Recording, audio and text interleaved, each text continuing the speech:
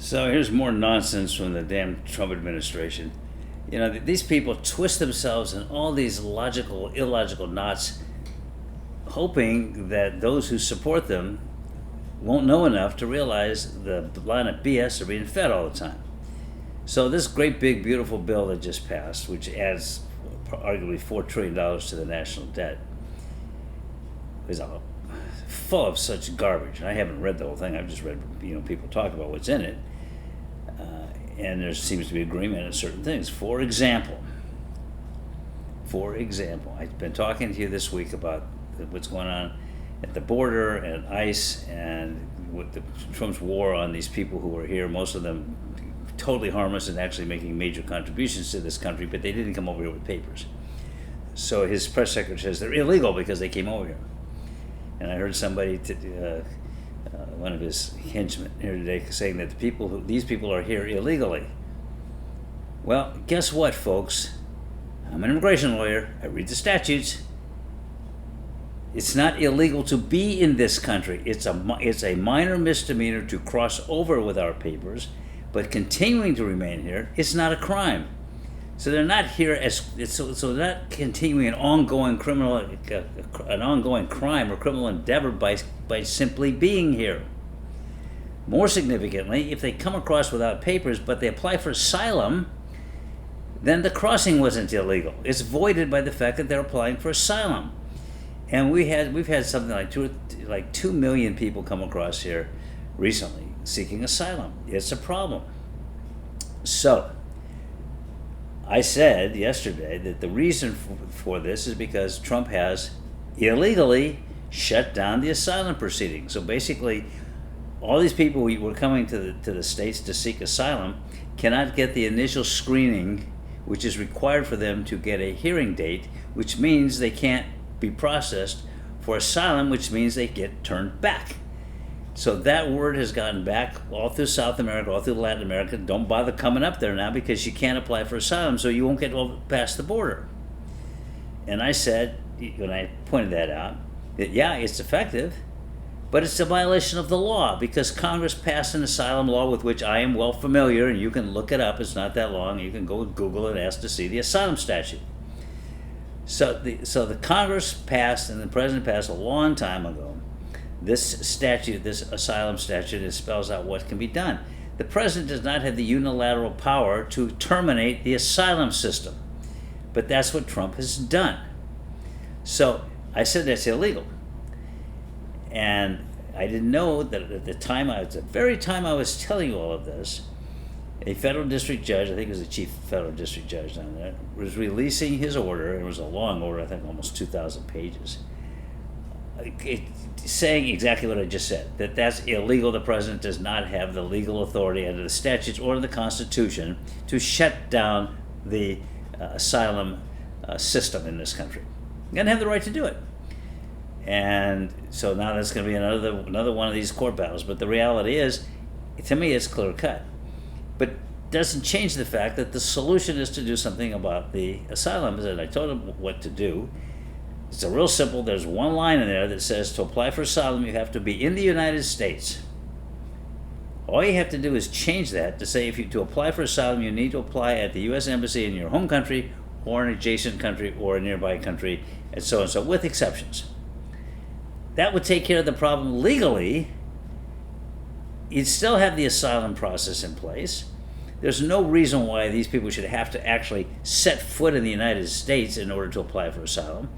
And that's what drives so many of them to come up here. So they would be just applying at their home states. Many of them who know they don't have asylum claims wouldn't file them because they know that it would do them no good. That would be this easy solution. But that it can't, neither Trump nor the Republicans nor the Democrats, nobody has come up with that as a solution. The only people who know that are you and I, or anybody else who practices immigration law and represents asylum seekers, or who's just bothered to read the statute. But that's the law. So this gets back to the latest illogical garbage I just heard tonight. So in this new bill, I'm not going to call it the big beautiful bill or the big bad bill or anything like that. I'm just going to say the new bill he just passed. That bill has $30 billion for additional border agents. $30 billion. that $30 billion could at least go to you pull $30 billion out of the increase in the national debt, and you're still around $3 trillion, but maybe a little less. You know, 10 billion here, 20 here, 30 billion. After a while, it adds up to money. Why do they say they need? Say this guy was being asked. I forget what his name was. He was being asked in an interview. What are you going to do with the $30 billion? Well, he says we're gonna beef up the border patrol. We're gonna hire an additional 3,000 agents or whatever on the border to stop people coming across the border. And then he says, as you know, we've had substantial success in closing down the border. And I'm like, yeah, you've had substantial success because you shut down the asylum system, not because of anything border patrol agents are doing. And throwing more border patrol agents on the border, who have to allow people in to seek asylum, isn't going to do anything to accomplish the objective of stopping all these people coming over here from Latin America. So that's not the answer.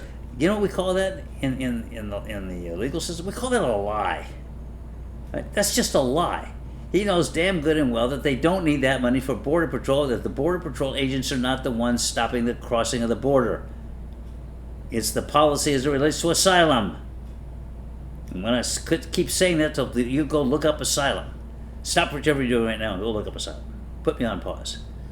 I'll just stop for a minute and let you do that. No, that was fast. You all did it really quick. Okay. So there you have it. That's the issue. $30 billion being thrown at the Border Patrol to hire more agents who are doing nothing. They're taking agents away from the border to chase, like I said, Abuelita, or some poor guy who's standing on the street corner all day long, a day laborer, hoping somebody will pick him up so he can put in a few hours of hard work. And I've seen these guys. I've hired them myself.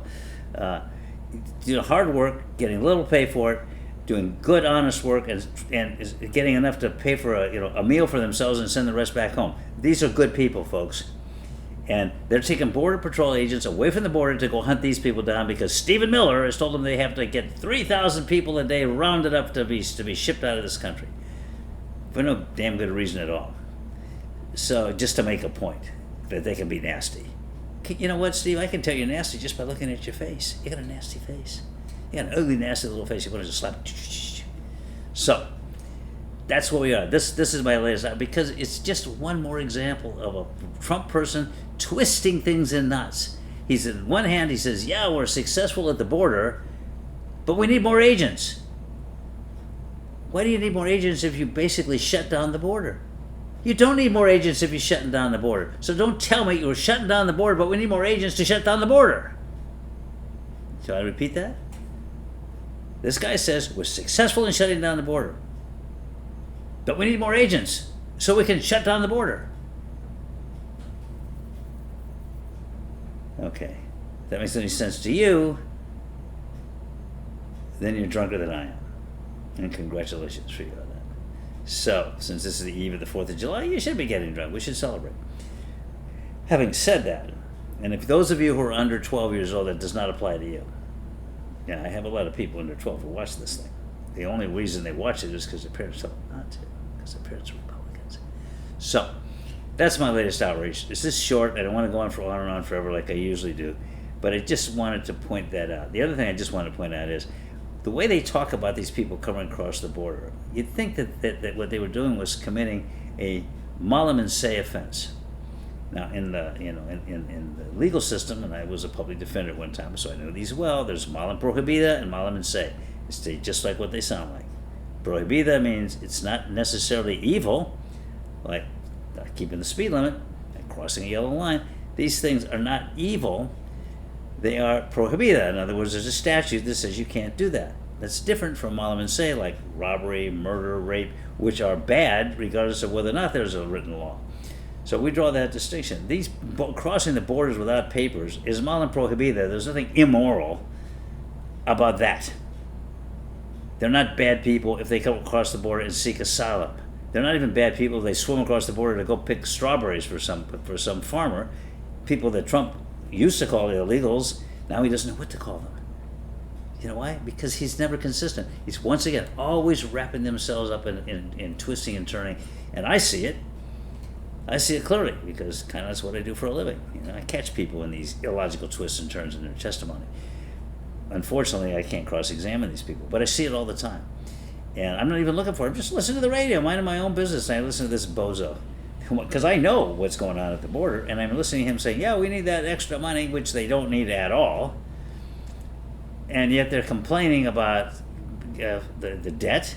They're complaining about cutting back on all these people getting Medicaid. Oh, that's my last one. I'll go on this one. This is another illogical one. So you ask them, what about these Medicaid cuts? Well, we're putting this requirement in there that these people have to be looking for work. And if they're not looking for work, why should they get Medicaid? Well, okay, that makes a certain amount of sense. But that's not the reason that they're giving for these cuts to Medicaid. It's not to get people working. We don't have a shortage of getting these people off their couches and off their duffs and out of their parents' basement to go out and get a job because we don't have enough workers.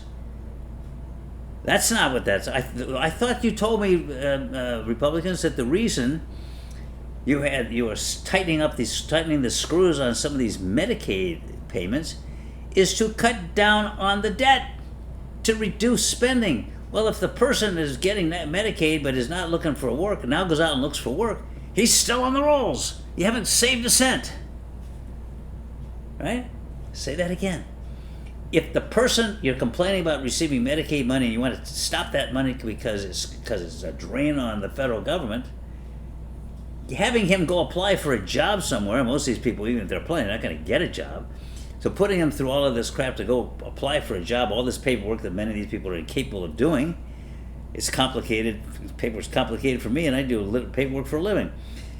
They're hoping that these people will find these obstacles too much, and then they will have an excuse to take them off the rolls.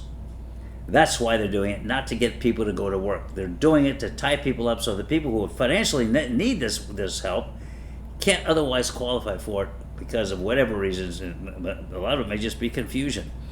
They're hoping that happens so they can then stop the receiving benefits. Now that's not only mean and cruel, but it's the worst sin of all. It's illogical and inconsistent with the very reasons they're giving for wanting to impose these requirements. So that's it. Those are just two examples that just leap out at me. I hate illogic. Well, unless it comes from me. You know what? I don't like the twist that this conversation is taking, so I'm going to say goodbye.